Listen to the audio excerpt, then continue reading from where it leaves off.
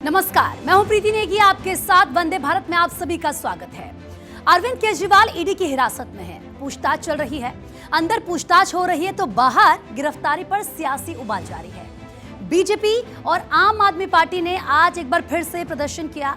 दोनों ने एक दूसरे पर गंभीर आरोप लगाए। इसी बीच केजरीवाल ने ईडी की कस्टडी से दूसरा आदेश जारी किया, जिस पर बीजेपी हमलावर है। बीजेपी ने इसे असंवैधानिक करार दिया है। तो वहीं सियासी अदावत में बदजुबानी कुछ लोगों की आदत सी बन चुकी है। सियासत की मंडी में संस्कार का भाव गिरता ही जा रहा है। बदजुबानी को लेकर एक बार फिर से घमासान मचा हुआ है। कंगना रनौत पर कांग्रेस की प्रवक्ता सुप्रिया सुनीत के विवादित कमेंट के बाद हंगामा मचा हुआ है। सुप्रिया की टिप्पणी पर बीजेपी हमलावर है। सवाल यह है कि मंडी के बहाने कंगना पर चोट करके कांग्रेस को क्या वोट मिलेगा? योगी आदित्यनाथ ने 2017 में पहली बार मुख्यमंत्री बने थे और अब उनकी सरकार के 7 साल हो गए हैं और इस 7 सालों में योगी सरकार ने कई ऐसे फैसले लिए जिसके बाद उत्तर प्रदेश में विकास की बयार बह रही है। यूपी तेजी से आगे बढ़ रहा है। तो विस्तार से इन खबरों पर करेंगे बात। दिल्ली के मुख्यमंत्री अरविंद केजरीवाल ईडी की कस्टडी में है और इसको लेकर बीजेपी और आम आदमी पार्टी आमने सामने है। एक बार फिर से दिल्ली का दंगल दिखा। दोनों पार्टी एक दूसरे के खिलाफ मोर्चा खोल चुकी हैं। इसी बीच अरविंद केजरीवाल ने दूसरा आदेश जारी कर दिया और इस आदेश को लेकर बीजेपी हमलावर हो गई है। बीजेपी ने ईडी और एलजी से शिकायत की है और जांच की मांग इस पूरे मामले पर की है।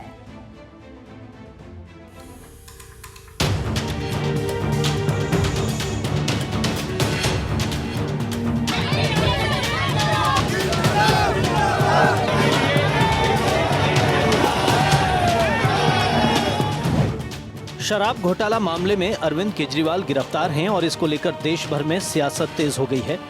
बीजेपी और आम आदमी पार्टी के नेता सड़क पर उतर आए हैं। बीजेपी ने अरविंद केजरीवाल के इस्तीफे की मांग को लेकर तो आम आदमी पार्टी ने केजरीवाल की गिरफ्तारी के विरोध में सड़क पर प्रदर्शन किया। प्रवर्तन निदेशालय यानी ईडी की हिरासत में मौजूद दिल्ली के सीएम अरविंद केजरीवाल के इस्तीफे की मांग को लेकर बीजेपी ने आईटीओ से लेकर दूसरे इलाकों में जोरदार प्रदर्शन किया।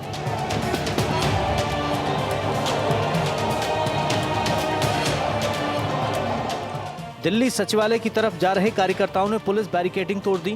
बीजेपी कार्यकर्ताओं को रोकने के लिए पुलिस ने वाटर कैनन का इस्तेमाल किया।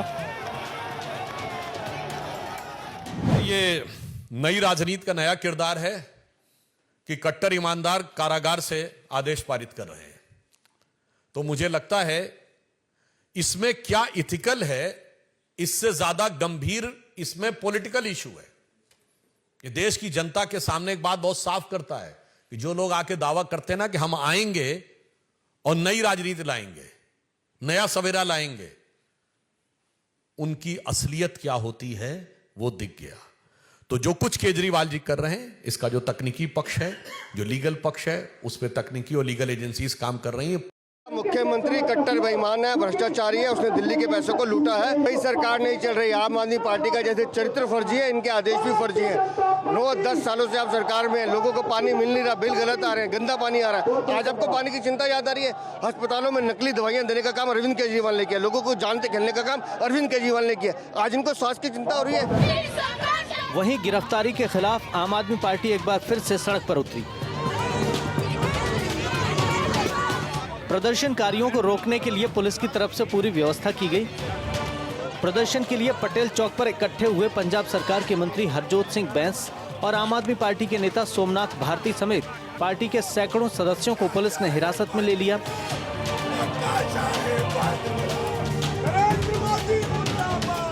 आम आदमी पार्टी कार्यकर्ताओं ने पीएम आवास को घेरने के लिए मार्च का आह्वान किया है। इसकी इजाजत पुलिस ने नहीं दी। मोदी जी ने जो ये गलत काम किया है, अरविंद केजरीवाल जी को अरेस्ट करके जो एक गलत काम किया, उससे लेकर पूरे देश के अंदर बहुत ज़्यादा गुस्सा है, बहुत ज़्यादा रोष है और लोगों के मन में ये प्रश्न है कि प्रधानमंत्री ने इतना गलत काम क्यों किया। एक आदमी, एक अरविंद केजरीवाल जी, जो कि स्कूल बना रहे हैं, अस्पताल बना रहे हैं, 60-60 साल से आप लोग सत्ता में हैं, कभी कुछ नहीं किया आप लोगों ने। बिजली फ्री दे रहे हैं, महिलाओं को सुरक्षा दे रहे हैं, CCTV लगवा रहे हैं, पूरी दिल्ली का उन्होंने एक तरीके से बदल दिया और पूरे देश के अंदर एक मॉडल बना दिया कि भाई ये मॉडल है जिसके तहत आप हिंदुस्तान को आप आगे लेके जा सकते हो। उस व्यक्ति को, उस ऐसे शानदार आदमी को आपने अरेस्ट करके जेल के अंदर डाल दिया। पूरी दिल्ली के लोग, पूरे देश के लोग बहुत ज़्यादा क्रोध में हैं, बहुत ज़्यादा गुस्से में हैं। अरविंद केजरीवाल की गिरफ्तारी पर आम आदमी पार्टी के नेता और दिल्ली सरकार के मंत्री गोपाल राय ने सवाल उठाए।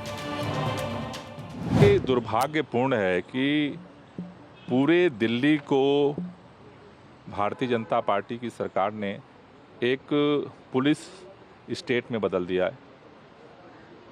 आज पूरे दिल्ली के अंदर लोकतांत्रिक तरीके से कोई प्रोटेस्ट नहीं कर पा रहा है। आम आदमी पार्टी के कार्यकर्ताओं को गिरफ्तार किया जा रहा है और बार बार आम आदमी पार्टी के कार्यालय को सील करने की कोशिश हो रही है। आज तक कभी भी ऐसा नहीं हुआ कि कार्यालय को जो है सील किया जाए। यहाँ पर कोई शांतिपूर्वक तरीके से कार्यालय संचालित हो रहा है, बार बार पुलिस को लगा करके बैरिकेड किया जा रहा है, ये समझ के परे है। दिल्ली के मुख्यमंत्री ईडी की हिरासत में हैं। ईडी के अधिकारी लगातार पूछताछ कर रहे हैं। ईडी की कस्टडी में रहते हुए अरविंद केजरीवाल ने एक और आदेश जारी किया। दिल्ली के स्वास्थ्य मंत्री सौरभ भारद्वाज ने इसे लेकर जानकारी दी। अरविंद केजरीवाल जी की तरफ से सभी दिल्ली के लोगों को ये आश्वस्त करना चाहता हूं कि आपका मुख्यमंत्री चाहे जेल में है, मगर सोच वो सिर्फ आपके लिए रहा है, सिर्फ और सिर्फ जनता के लिए मुख्यमंत्री सोच रहे हैं। और उनकी चिंता यही है कि उनके जाने के बाद पीछे कोई व्यवस्था खराब ना हो।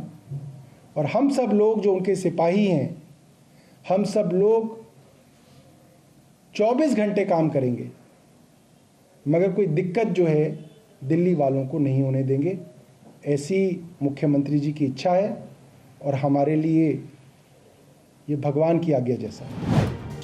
इससे पहले सीएम केजरीवाल ने ईडी की हिरासत में पहला आदेश जारी किया था, जिसमें जल मंत्री आतिशी को राष्ट्रीय राजधानी में पानी और सीवेज की समस्याओं को हल करने का निर्देश दिया था।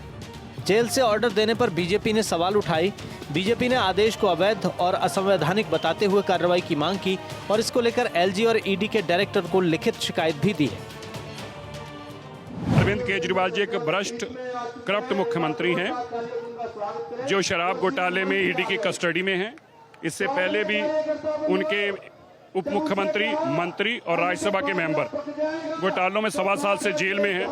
बार बार बेल लेने के किसी कोर्ट ने बेल नहीं दी, कहा बहुत पुख्ता सबूत हैं और बहुत संगीन मसला है। ऐसे में अरविंद केजरीवाल अरेस्ट हुए हैं। सत्येंद्र जैन भी ऐसी कल्पना करते थे वो जेल से जेल मंत्री रहेंगे, लेकिन बीजेपी के प्रचंड विरोध के बाद उनको भी कुर्सी छोड़नी पड़ी। जेल में करप्ट लोग, बेईमान लोग, क्रिमिनल लोग जाते हैं, मुख्यमंत्री नहीं। इस बीच केजरीवाल के जेल से दिए गए आदेश पर ईडी ने सवाल उठाए हैं। ईडी ने कहा कि सीएम तक कोई फाइल नहीं पहुंच रही है, केजरीवाल से कोई हस्ताक्षर नहीं कराए गए, केजरीवाल लगातार सीसीटीवी की निगरानी में हैं। अरविंद केजरीवाल से पहले शराब घोटाला मामले में 31 लोग गिरफ्तार हो चुके हैं, जिसमें मनीष सिसोदिया और संजय सिंह शामिल हैं। लेकिन अब जब केजरीवाल की गिरफ्तारी हुई है तो तनातनी मची हुई है। Bureau report, Bharat 24। बात यूपी की करेंगे। उत्तर प्रदेश की योगी आदित्यनाथ सरकार 7 साल पूरे कर चुकी है और इस 7 सालों में सीएम योगी ने न केवल प्रदेश को लेकर कई बड़े फैसले किए हैं, बल्कि प्रदेश में कानून व्यवस्था की स्थिति में सुधार को लेकर भी बहुत ज्यादा काम किया है। देश के सबसे बड़े सूबे में बुलडोजर मॉडल ने सरकार की छवि बदल दी है। सीएम योगी ने यूपी के टॉप 50 माफियाओं को चिन्हित कर उनकी कमर तोड़ कर रख दी है।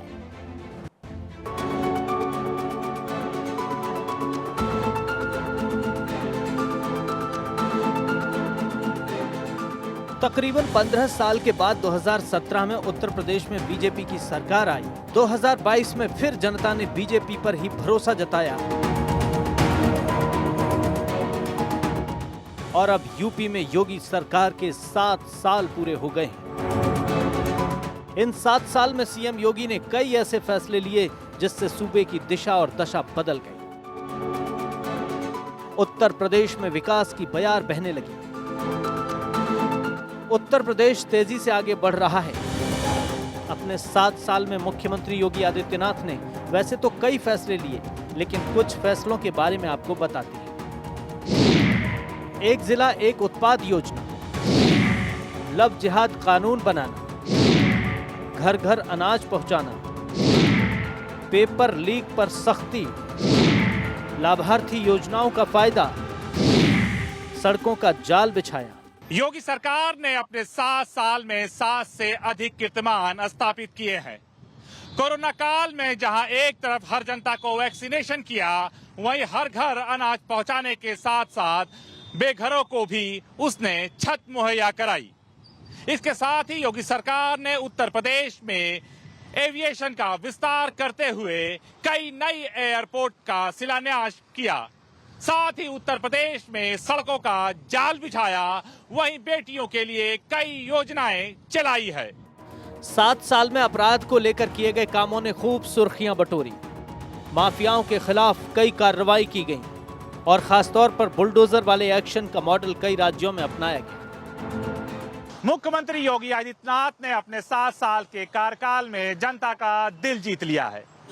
मुख्यमंत्री योगी आदित्यनाथ जहां 7 साल में बुलडोजर बाबा के नाम से फेमस हुए, आज उनके मॉडल को यूपी ही नहीं दूसरे राज्य के मुख्यमंत्री भी इस्तेमाल कर रहे हैं। योगी सरकार ने यूपी से माफियाओं का सफाया कर दिया है। जुलाई 2020 में कानपुर के बिकरू कांड के बाद सरकार की कार्रवाई का चाबुक ऐसा चला कि माफियाओं की जमीन हिल गई। विकास दुबे और उसके सहयोगियों के घर बुलडोजर से गिराने के बाद बुलडोजर पूरे देश में पुलिस कार्रवाई का सिंबल बन गया। योगी मॉडल आज पूरे देश दुनिया में चर्चा का केंद्र बना है और योगी आदित्यनाथ जी की छवि राष्ट्रीय अंतर्राष्ट्रीय स्तर पर उभर कर सामने आई है। एक सख्त प्रशासक की, एक सबके संरक्षण करने वाले, सबको साथ लेकर चलने वाले, भ्रष्टाचार पर कठोरता से लगाम लगाने वाले, अपराधियों पर कठोर कानूनी शिकंजा कसने वाले योगी आदित्यनाथ की छवि उभर कर आई है और इसीलिए जनता के बीच में आज उनकी भारी डिमांड है। सूबे के टॉप 50 माफियाओं को चिन्हित कर सरकार ने उनकी अपराध से जुटाई गई संपत्तियों को अटैच किया, साथ ही उनकी अवैध कमाई के रास्ते भी बंद की। 7 साल में 124 अरब से ज्यादा की संपत्तियां जब्त की गईं या अवैध कब्जे से मुक्त कराई गई। सरकार की अघोषित एनकाउंटर पॉलिसी ने अपराधियों में खासी दहशत पैदा की। 7 साल के दौरान 195 अपराधी मुठभेड़ में मारे जा चुके हैं, जबकि 6000 से ज्यादा गंभीर रूप से जख्मी हुए हैं। हालांकि इस दौरान एक डिप्टी एसपी समेत 16 पुलिस वालों की भी शहादत हुई है। सरकार की मुठभेड़ पॉलिसी के साथ ही सजा दिलाने का अभियान भी जोरों से चला। 4 दशक में पहली बार मुख्तार अंसारी और अतीक अहमद जैसे माफियाओं को सजाएं हुई। मुख्तार अंसारी को बीते 1.5 साल के दौरान 8 मुकदमों में सजा हुई है। 7 साल में कोर्ट में प्रभावी पैरवी के जरिए 24,743 से ज्यादा अपराधियों को सजा दिलाई। बीते कई साल में यूपी समेत देश के अन्य राज्यों में देश विरोधी गतिविधियों में लिप्त पॉपुलर फ्रंट ऑफ इंडिया यानी पीएफआई को प्रतिबंधित करने की असली जमीन यूपी पुलिस ने ही तैयार की। सीएए, एनआरसी के हिंसक प्रदर्शनों में पीएफआई की भूमिका आने के बाद यूपी पुलिस और एसटीएफ ने मजबूत शिकंजा कसा, जिसके आधार पर पूरे देश में संगठन को प्रतिबंधित कर दिया गया। पुलिस को मजबूत कराने के लिए सरकार ने लंबे समय से टल रहे पुलिस कमिश्नरी सिस्टम को लागू किया। राजधानी लखनऊ समेत यूपी के 7 जिलों में ये व्यवस्था लागू की जा चुकी है। वहीं लंबे समय से खाली चल रहे पदों को भरने का काम युद्ध स्तर पर किया गया। उत्तर प्रदेश विशेष सुरक्षा बल, एंटी नार्कोटिक्स टास्क फोर्स, सभी जिलों में साइबर थानों की स्थापना से पुलिसिंग को बल मिला। महिलाओं, बालिकाओं, बुजुर्गों और बच्चों को सुरक्षा प्रदान करने के लिए प्रदेश भर में 4,04,271 से ज्यादा जगहों पर 10,49,000 से ज्यादा सीसीटीवी कैमरे लगाए गए। योगी सरकार ने कई इन्वेस्टर समिट कराकर एक नया वर्ल्ड रिकॉर्ड कायम किया है। प्रदेश की बढ़ती अर्थव्यवस्था को देखते हुए आज यूपी 1 ट्रिलियन इकोनॉमी को पार कर गया है। कैमरा पर्सन रोशन यादव के साथ श्याम सिद्दीकी, भारत 24। तो 7 सालों में उत्तर प्रदेश का विकास तेजी से हो रहा है। यूपी में तेजी से विकास के काम हो रहे हैं। ऐसे में अब बीमारू नहीं विकसित प्रदेश है और ये ताज उत्तर प्रदेश के नाम है।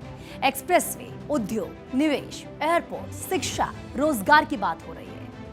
महोत्सव प्रदेश के रूप में मनाया जाता है पूरा राज्य और पहचाना भी उसको ऐसे ही जाता है। जीडीपी में दोगुनी छलांग, बजट का आकार हुआ है दोगुने से भी ज्यादा। स्मार्ट और सेफ सिटी बनने की राह पर प्रदेश के 17 नगर निगम हैं।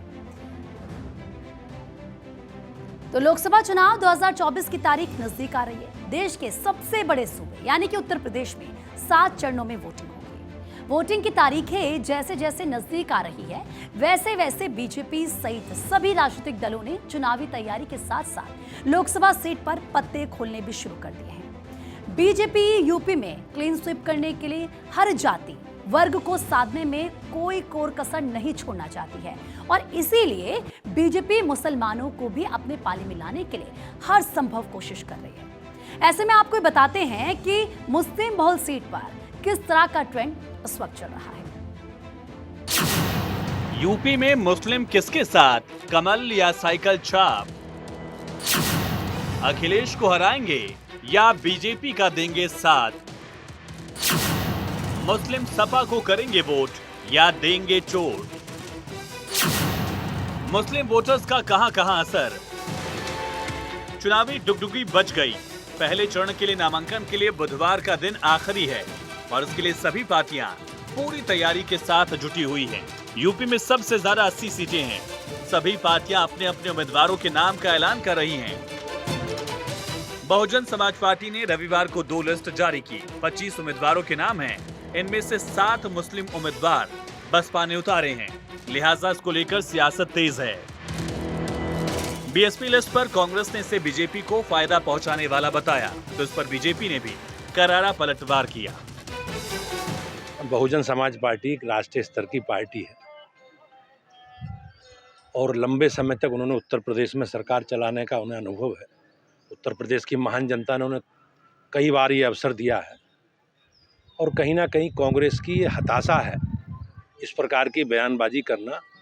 लोकतंत्र में सबको अपने एजेंडे के आधार पर, अपने कामकाज के आधार पर जनादेश मांगना, जनता के बीच में जाना उनका अधिकार है और इस प्रकार अनावश्यक बयानबाजी नहीं करनी चाहिए। मुस्लिम समुदाय के लोग भी विरोधियों को निशाने पर ले रहे हैं। बीजेपी दफ्तर के अल्पसंख्यक मोर्चा प्रभारी ने कहा, दूसरी सभी पार्टियों ने केवल तुष्टीकरण की नीति अपनाई है। वोट बैंक की राजनीति 70 सालों में कांग्रेस ने किया, बसपा ने किया, सपा ने किया। जरूरत यहाँ तक आन पड़ी कि इनको पीडीए बनाना पड़ा। मैं पीडीए को परिवार डेवलपमेंट अथॉरिटी के तौर पर देखता हूँ, चाहे वो बसपा सुप्रीमो मायावती जी हों या कांग्रेस हो या अखिलेश यादव जी हों, ये लगातार मुस्लिम वोट की जो तुष्टीकरण करते रहे, उनका वोट हासिल करते रहे, उनको बहकावे में रखा। बीजेपी ज्यादा से ज्यादा सीटों पर जीत की बात कह रही है, चाहे वो मुस्लिम बहुल इलाके क्यों न हो, जबकि सपा का कहना है कि चुनाव में समाजवादियों का परचम लहराएगा। लोकसभा चुनाव है हमारे देश में, वो भारतीय जनता पार्टी को हटाने का, बदलाव का चुनाव है और जो भी वोटर है, चाहे वो किसी भी समाज के हों, वो भारतीय जनता पार्टी को अपने वोट से देश की सत्ता से बाहर करने के लिए वोट कर रहे हैं। जहां तक उत्तर प्रदेश का सवाल है, यहाँ पे द्विकोणीय चुनाव है, इंडिया गठबंधन और भारतीय जनता पार्टी के बीच में। मुस्लिम कभी कांग्रेस का मजबूत वोट बेस हुआ करता था, लेकिन कांग्रेस कमजोर होती चली गई और मुसलमान मतदाता भी धीरे धीरे दूसरी पार्टियों की ओर शिफ्ट हो गए। यूपी में सपा मुस्लिम मतदाताओं के बीच मजबूत पैठ बनाने में सफल रही है। बीएसपी भी मुस्लिम वोट में थोड़ी बहुत भागीदारी रखती रही है।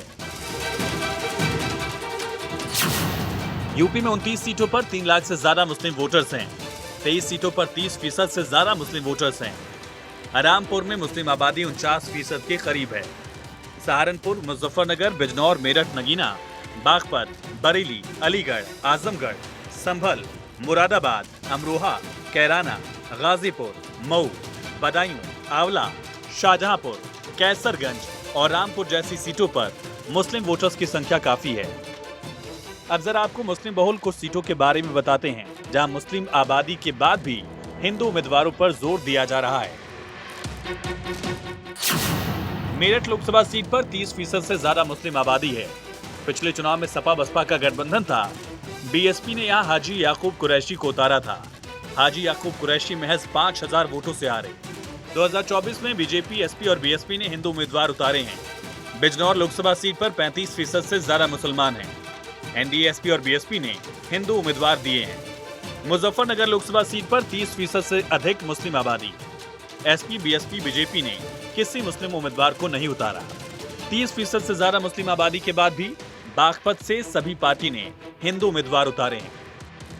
यूपी के मुस्लिम बहुल इलाकों में वोटिंग पैटर्न बदल रहा है, जिसका असर उम्मीदवारों पर पड़ रहा है। ऐसे में सवाल उठता है कि इस बार मुस्लिम किसके साथ, कमल या साइकिल छाप के साथ।